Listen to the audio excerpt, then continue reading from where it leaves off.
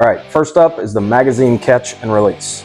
This thing, when it comes out of the bag, you have the actual mechanism, like that, and then it has a spring and a button. That's the button you push to drop the magazine in an AR-15. So, right here, that's where the mechanism goes. So you slide it into that hole, and it fits, just like that. Now, on the other side, right there, that's where the spring and the button go. So you take your spring and you drop it down over top of the screw. So it looks like that.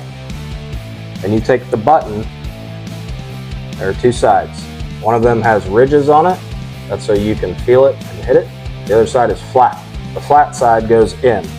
So you push that spring down and you turn the button onto the screw, just a couple turns for right now, just so it stays. Like that. So you can see the button sticking out. It's not threaded on all the way. So we're going to start by pushing that button into the body of the receiver, and then we're going to turn the other side. Turn it, turn it, turn it, till it won't turn anymore. And then we can let it sit in there. But we can see on the button side that the screw is not all the way in there. So, take a punch like that and push the button into the body of the receiver and keep turning. Turn it to the right, and then every once in a while, check on it, how far into the button that screw is. You want the top of that screw almost flush with the button.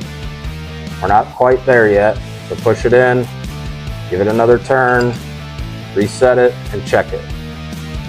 Now it's right where it should be. You can push in on the button, make sure the spring's working.